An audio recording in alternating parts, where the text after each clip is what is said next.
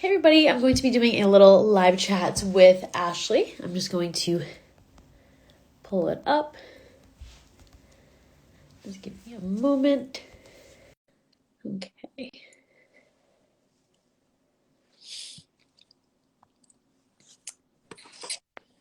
Hey, Hey, how are you? good and you? I'm good. Nice to finally kind of meet you. Yeah, absolutely. I forget, how did we even connect? It was Facebook. Yep. It Was was, it a book group? Okay. yeah, yeah. Because I was asking about like different grief books that people were reading to get some ideas, and That's you right. had about your book that you had written. Um, Yeah. This So is yeah, I wanted to have a little chat today, just to kind of talk about like our experiences with grief yeah, absolutely. and in your book too. I want to hear more about it. Great. Thank you. Yeah, of course. Do you want Yeah, absolutely. So my name's Ashley Jackson. I am in Ohio. I am a wife, a caregiver to my husband, an author, event planner for the terminally and chronically ill, and that's basically me in a nutshell. And to? that's what led us to meeting you and I. So, Yes, yeah. awesome. That sounds like a really good career. um, it all kind of just sprung on me. Gosh, it's almost 2 years now. Oh wow, When I launched my event planning business, and then I'm coming up on a year of being a published author. So, yeah. that's dang. So your book, can you just tell me more about it? Yeah, absolutely. So it's called Lost Travel Found. And it's broken up into three different areas of my life. It's about, the grief that I've had to go through with losing my father in a very unexpected way. How I navigated that loss, which wasn't very well, which a lot of us, we go through that. It is what it is. And this is why I chose to write about my story, because I don't think grief is talked a lot about. We should normalize it, because like I've said in the past, like you're guaranteed at least two things. Like when you take your first breath, you're going to have to take a last one. It's that in between those moments is what matters, the most. So I just talk about the loss of my father, how I handled it, then thinking that I'm good, I've grieved, and then I'm rolling into the situation where I became overnight a caregiver to my fiance. So we weren't even married yet, but I took to heart the, through health and sickness portion of our vows before we even exchanged them. So throughout my caregiver journey, I've had to deal a lot with, because unfortunately, my he is now my husband. He was diagnosed with a rare cancer in stage 4. So the previous times that I've dealt with cancer, it's always resulted in death. Like I didn't know any different. So immediately when I hear cancer, 4th stage, which is like the last stage, Yep. I'm like, huh? And he had just proposed to me 2.5 months earlier. Oh my Yeah, God. I didn't state that. So January 1st of 2017, he proposed to me at my happiest place on earth, which is Disney. um, and then March 28th of 2017, Yep. he was diagnosed with Wow. this rare cancer in stage 4. So, you know, throughout this whole process of being his caregiver, I, I'm having that anticipatory grief, Yep. which I didn't know was a thing until later on. Yeah. Because you're getting sick, you don't know what's going on. It's all grief. Yeah. Even though the person is there, it's still grief because you don't know if that person's going to be there that night, the Yeah. next day, whatever it be. Um, and at one point, which I do talk about in my book, they told me to call hospice for Wow. him, Wow. which is gut wrenching. I mean, I had already lost my father Yep. unexpectedly.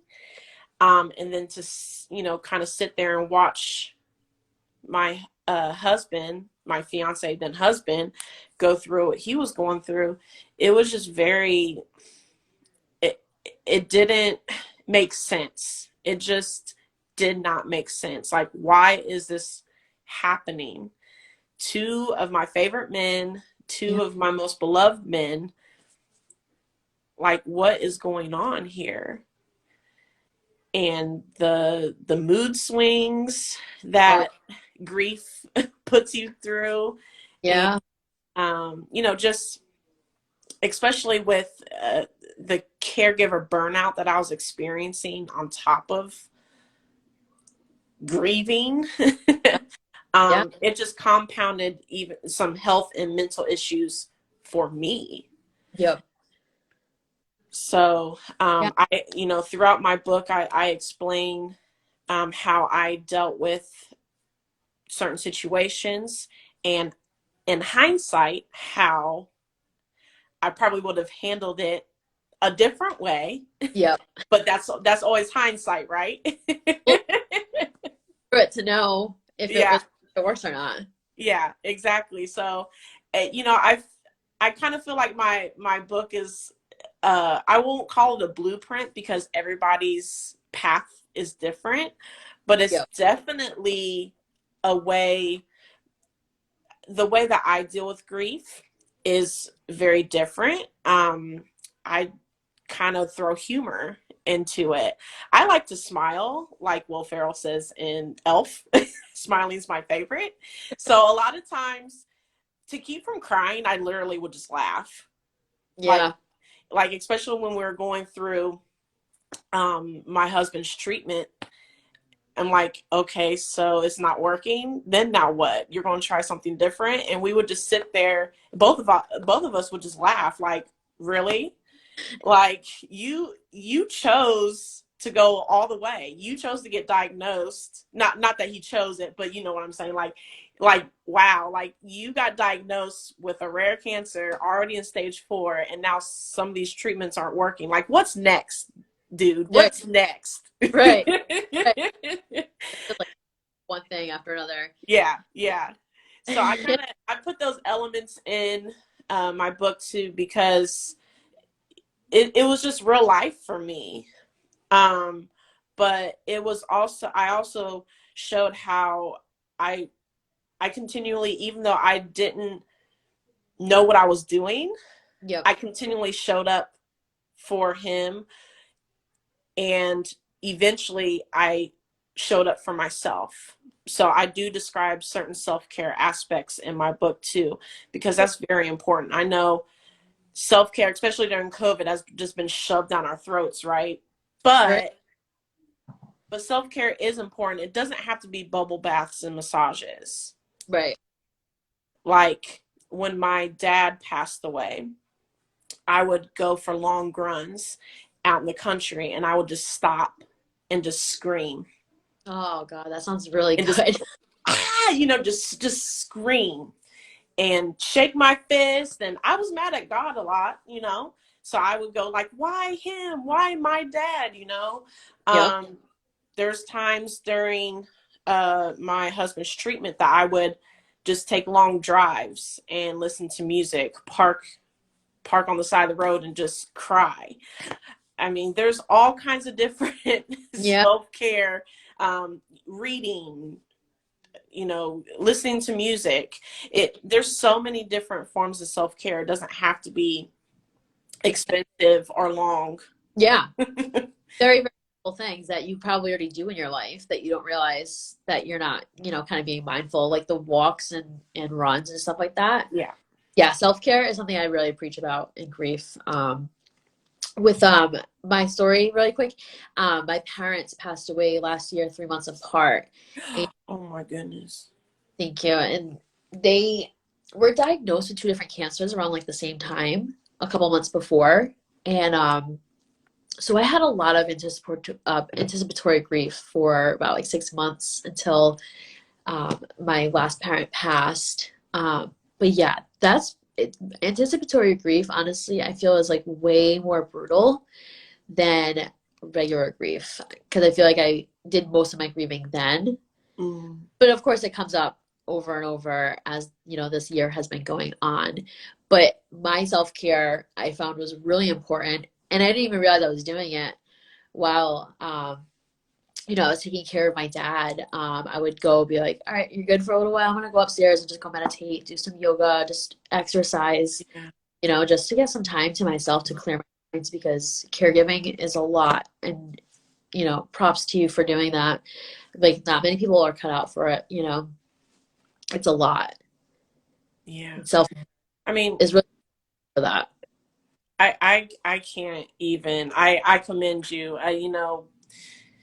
I got really close. I mean, we've always been tight knit, but I got really close with my mom after my dad passed. So I can't even imagine. And it's not a comparison. Like people's grief, it's not a comparison, because you love your person the way that you love them, and that's totally different than the next person how they love their loved ones. So, Yeah. but I find and the anticipatory grief, like you said, it was much harder, um, because it's the unknowing, right? It's the whole like, okay, if we have a timeline that gives us anxiety, whereas like my dad, he was, I mean, he was just gone. He had a brain aneurysm. Oh my So, God. and it wasn't expected. Like his doctors always commended his health, and they even told him they were jealous of how healthy he was. But just one day, he had a brain aneurysm. He wasn't there. So that whole thought process and getting through that grief was hard because it was unexpected. But the Yeah. the anticipatory portion is also hard because you're having to watch that person Yeah. slowly or rapidly decline. Yeah. And you're like, either one is not fair. It, I, yeah, both were expected for me, so I can't imagine what it would feel like, but um, I can only speak on the anticipatory grief and like and knowing how your life is going to change afterwards. Yeah. That's the hardest part. Like knowing there's going to be a time soon that like you're not going to be the same again. Yeah. Sad coming and like all the stuff that you're like what's the word I'm looking for, like dreading, Yeah. that Yeah. heaviness. Exactly. Yeah. And can I ask how old you are? Yeah, I'm 32. Okay. Um, all right. So yeah, that's young. I mean, it's young to have, especially lost both of your parents. I Yeah, I was 25 when my dad passed, and then I was 31 when I became a caregiver. both So really yeah, um, both. and that's why like I try to use my platform for younger caregivers and grievers because it's hard. Like you don't know where to turn to. You don't know necessarily, your friends aren't in that same boat with you. Yeah. I didn't know anybody at age 31 that was having to take care of their significant other Yeah. or their parent for that matter either. So it was difficult to find someone that I could connect with on that level, um, especially when people are asking, "How are you doing?" Right. How is it? How you doing? And you're just like, you're so over that question by a certain point. You just say fine. Like it's Yeah. hard. It's hard, but I'm fine. Like because you don't know what else to say, but you don't want to come across rude. Right. too. Like your emotions are so different. You can be fine this day, and Yeah, they're like, oh, okay, she's fine. And then the next day, you're having like the worst grief day, right? And then they don't even know that yeah, you were crying in your car and stuff. exactly. Did you seek out like any like how did you find support for your grief? Did you go like on the internet and find like Facebook groups and stuff like that? So for me, the funeral home that uh, we used for my dad, they offered therapy, like Oh, group therapy, family group therapy, and they made house calls for about a month. Um, but then life got kind of busy. It got, even though our worlds had stopped, it still got busy, right? So yep. I kind of stopped seeing a therapist. And we weren't really sure who to turn to. So for there's a stigma in African American communities with therapy. Okay. It's really kind of looked down upon, even though COVID has shined a light on it. Like it's needed for everybody, but specifically, like Black people, we can go see therapists. It's okay. Like Yeah. Jesus is not going to be mad because a lot of times we've been told growing up, go to church and pray about it. Okay, I can pray about it, but I need someone else to talk to that went to school for this. Yeah. Yep. So I personally did not seek therapy probably 5 or 6 years after. Okay. And how was that? Like, was it kind of scary, like diving into that? Yeah, oh, absolutely. And for anybody listening, don't wait that long. Like, absolutely. Do not. Uh-uh. Mm-mm. Don't do it.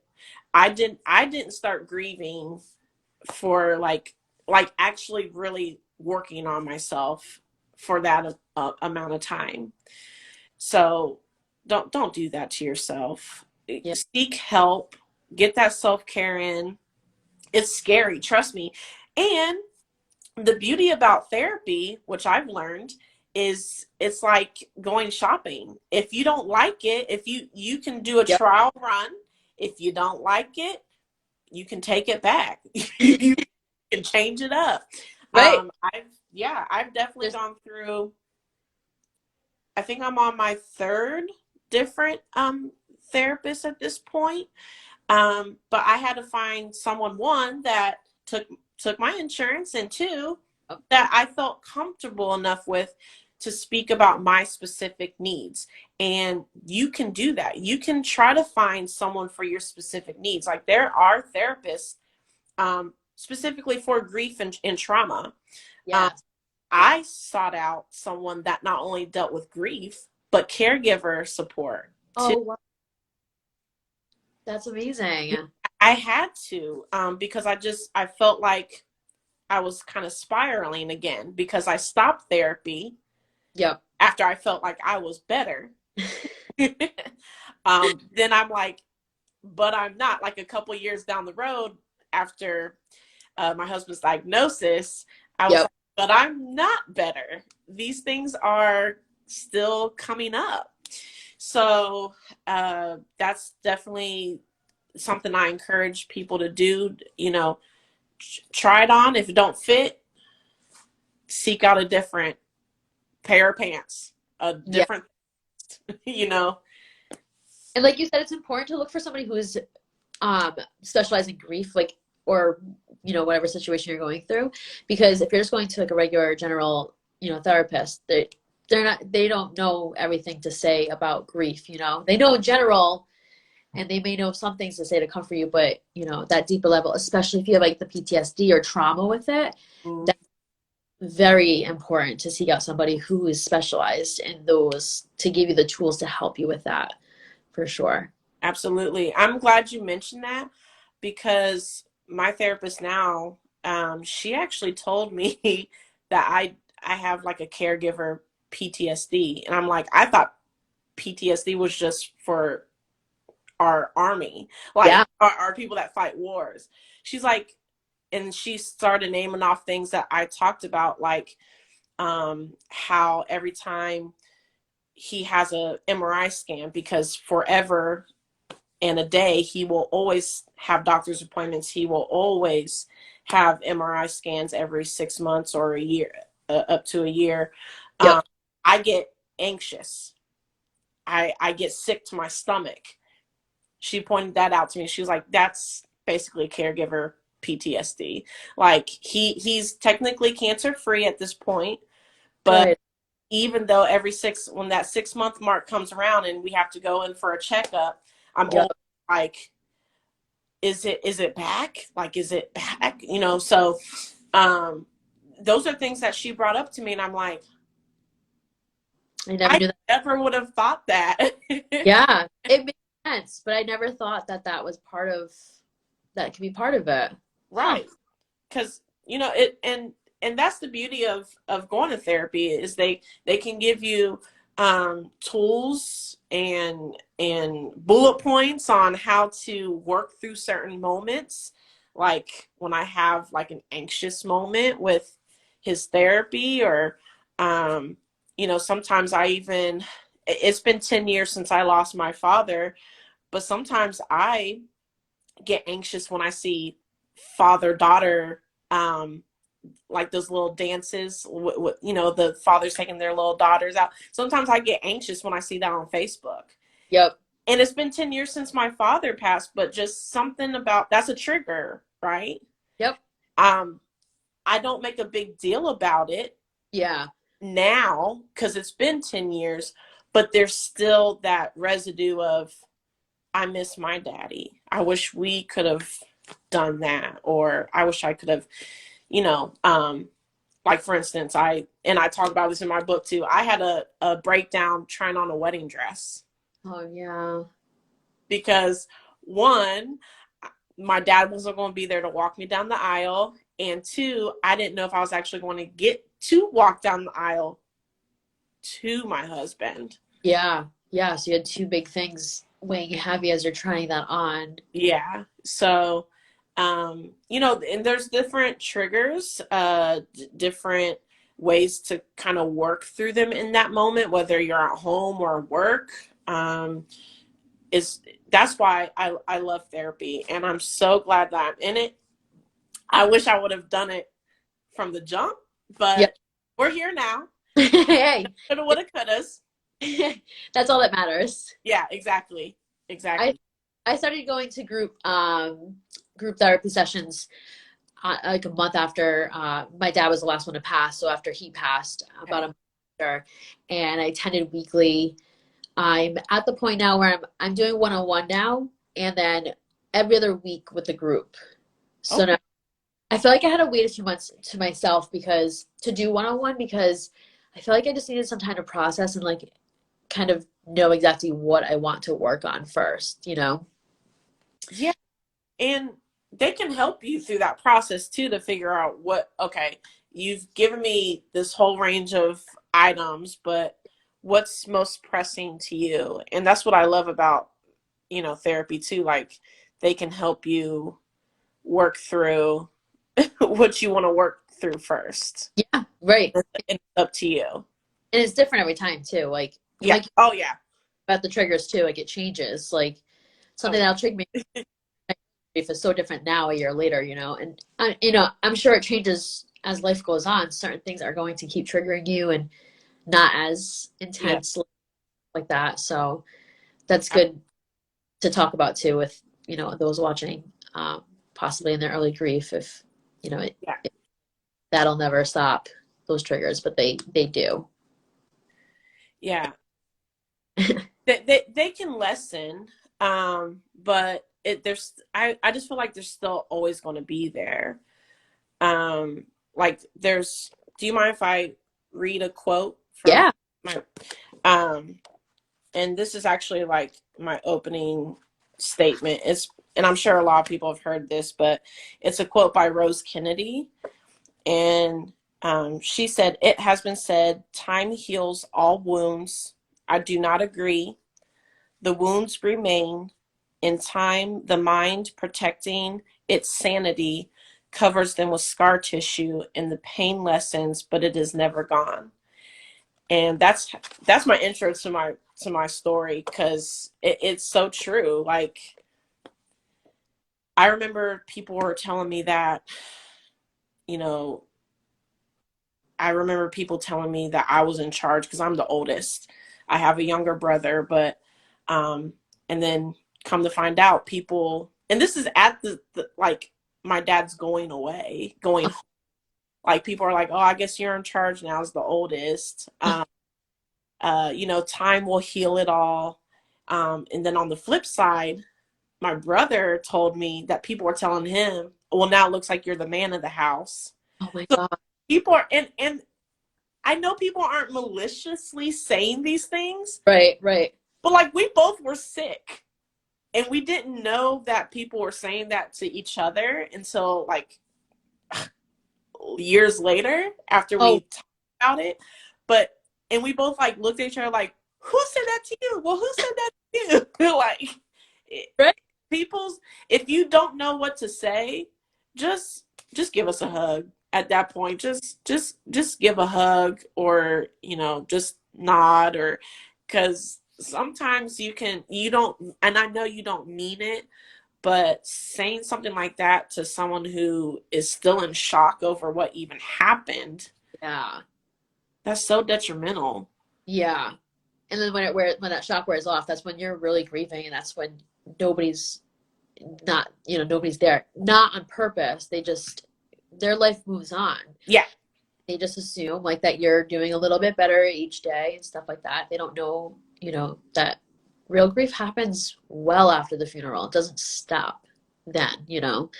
That was a huge thing I learned with Oh, stuff like that. I was surprised. absolutely. And because I've gone through it, I reach out to, like, so now some of my very, very good friends unfortunately have joined this loss of a parent group, which I don't want anybody to get a ticket to. Um, I reach out every so often because, like you said, it's after that everybody's come in for the funeral, and everybody then goes back to their lives, even though your life is at a standstill. I Yeah. reach back out like, "Hey, how you doing? Um, can I come over and cook for you? Can I Uh, send you DoorDash gift card? Like, what can I do in this moment? Like, that, just something." And I'm like, "How are you doing? Like, for real, yeah. on for real. What is your mood like in this moment? Can I be of any kind of assistance? Can we just talk? Do you need to cry?" That sort of thing, because I know what it's like. Yeah. That's so sweet that you do that. I'm sure they very much appreciate that. That makes their experience like different, like really supported and stuff like Yeah, that. cry. I'm not a perfect human being. No, nobody is, but that, Nobody is. that effort helps though. Yeah, because like I said, when you've been through it and you feel like you're all alone, and you don't want to bother people. That's what I always felt like, oh, I don't want to bother them. Yeah. Yeah, I know everybody's always like really, really means it when they're saying, if you need anything, let me know. And I know there's people I can count on, but I'm like, oh my God, they sick of me hearing me talk about it still, like even Yeah. a year later, I'm still struggling and stuff. Are those same people gonna be like, oh my God, how has she not moved on yet or something? It is hard. Oh, But there's no timeline on grief. no. I watched my mom, who lost her mom to cancer. Gosh, it's been well over a decade now. She cries every Mother's Day for her mom. And I mean, geesh, I get teary eyed on Father's Day. So, Right? like, it's going to happen. Um, and you're allowed that. You're allowed that. Um, there's no timeline. There's nothing wrong with how you grieve. Just make sure it's healthy. It's not totally sideways. It happened, Yeah. but So, yeah, just that's my biggest takeaway from it, is just making sure that you do it in a safe way. Yes, yes. Good point. Yeah. Safe. Yeah, exactly. So, what are some of your self-care that you That dabble? so mostly it's yoga and meditation is like my big ones, but reading is another one, especially the nights that like I can't sleep. Still a year later, sometimes I have those nights. Um, Sometimes I'll do like if I want to like spend money that kind of way. My 1 year anniversaries of my parents, I did facials and massages because I feel like those are the two times I should be focusing on doing that. Are you still there? Yeah, I think your connection is a little. Hold on, wait a second. Oh no. All right. Let me try to get Ashley back.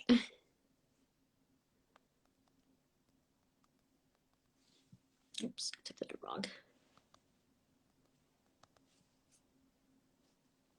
There we go. All right, let's see if her internet is back.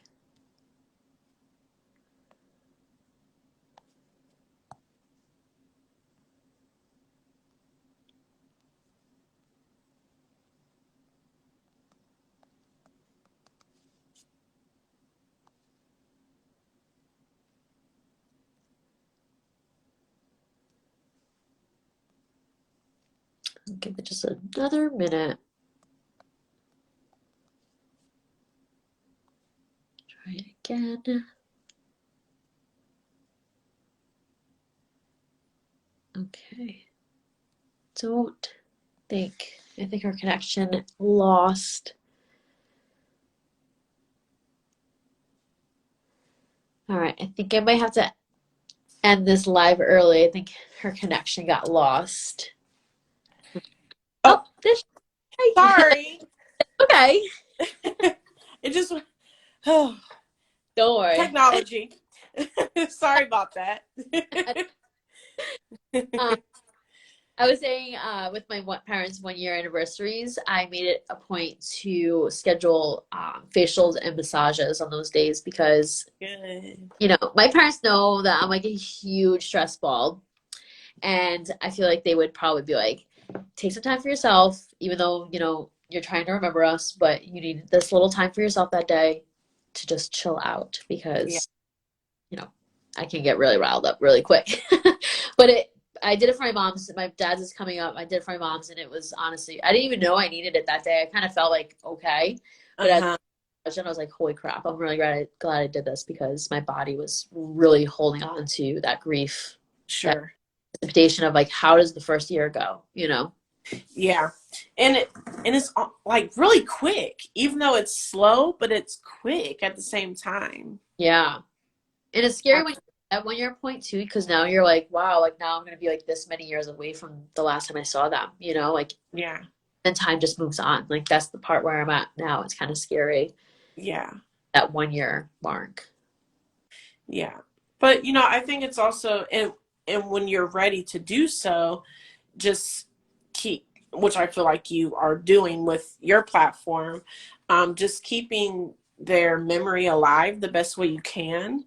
Um, sometimes because my mom has tapes that my dad would speak when speaking, so I'm like, we need to get that transferred somehow to MP3 or at least CD, so that I can remember his voice, because I'm missing that.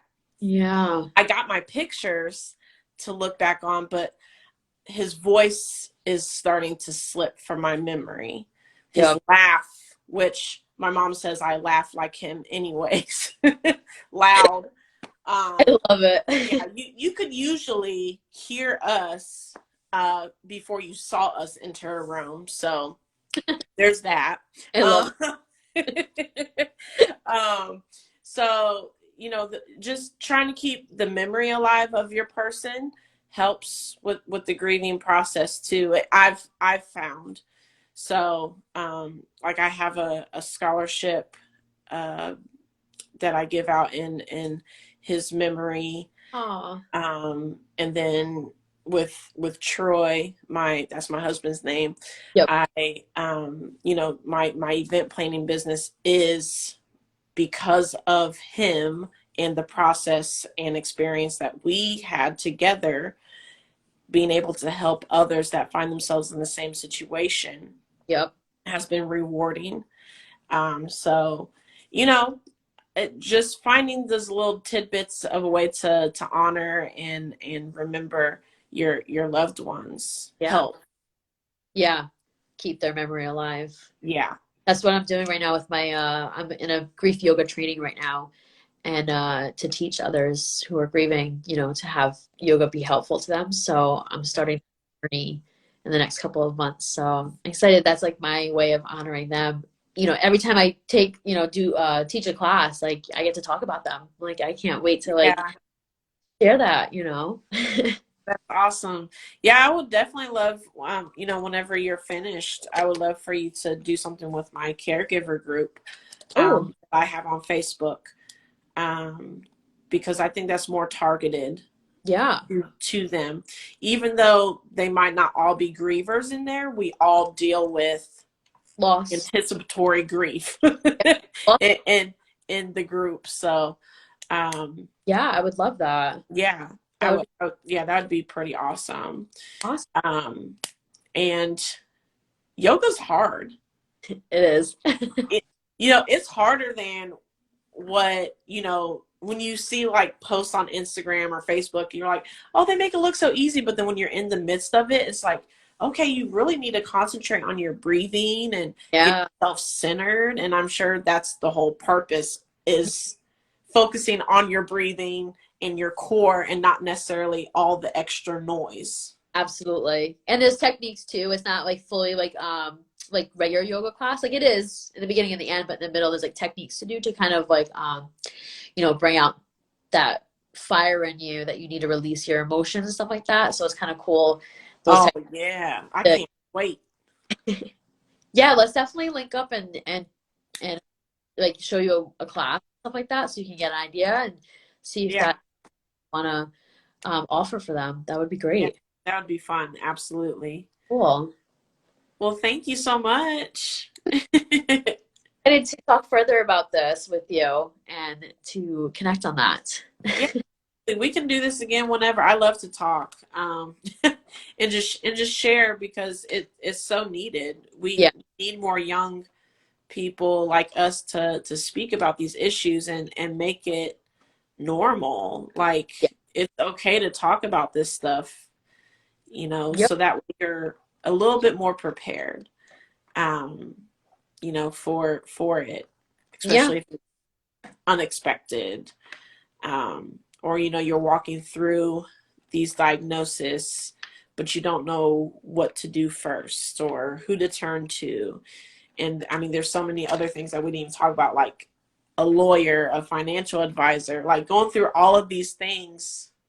That's like the biggest part. Like I had like, what? This is all you have to do after? Like that is not talked about like at all. Yeah. And what's funny is, like, my mom and I, because of what happened with my dad, she's super open and honest about everything. Like, okay, this is where this insurance is. Great. Great.